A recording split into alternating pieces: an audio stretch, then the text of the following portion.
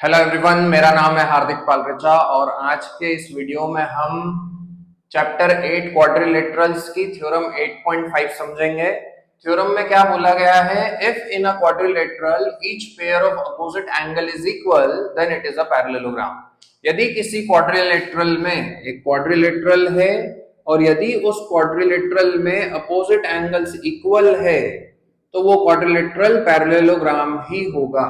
This is the theorem. Opposite angles equal है मतलब angle A angle C के equal है। This is given in the question that angle A is equals to angle C and angle B angle D के equal है। This is also given in the question. यदि opposite angles equal हैं तो ये जो quadrilateral बनेगा ये एक पैरेललोग्राम ही होगा। ये थ्योरम है, तो इस थ्योरम का हम प्रूफ समझ रहे हैं।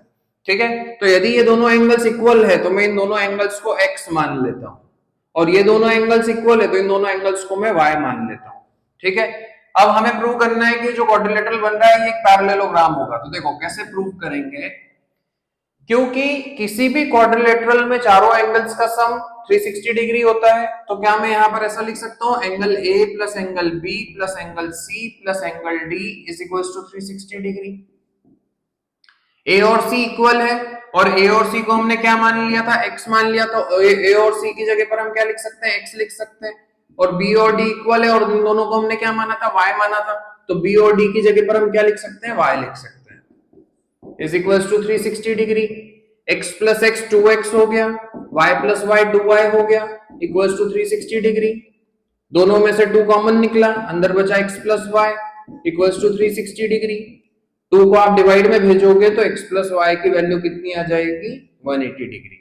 मतलब क्या है कि x और y मतलब इस एंगल और इस एंगल का सम 180 डिग्री है। और ये दोनों एंगल्स कौन से एंगल्स का फॉर्मेशन कर रहे हैं, को इंटीरियर एंगल्स का।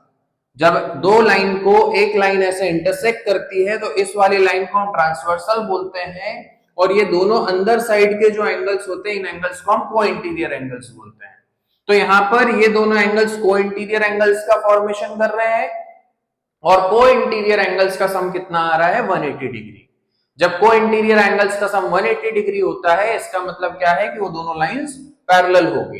तो therefore AB is parallel to DC since X and Y are co-interior angles। तो इससे ये प्रूव हो गया कि ये दोनों साइड्स एक दूसरे के पैरेलल है, AB और DC एक दूसरे के पैरेलल है।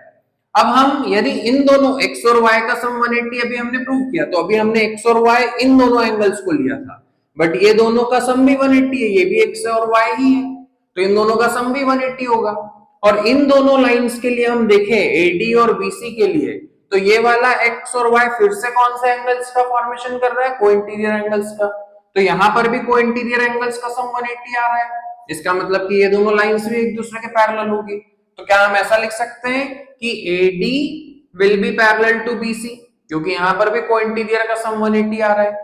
तो अपोजिट पेयर्स जो है, अपोजिट पेयर ऑफ लाइंस है वो एक दूसरे के पैरेलल है। AB is parallel to DC and AD is parallel to BC। और जब अपोजिट साइड्स एक दूसरे के पैरेलल होती है तो उस क्वाड्रिलेटरल को हम क्या बोलते हैं, पैरेललोग्राम बोलते हैं। Therefore ABCD is a parallelogram.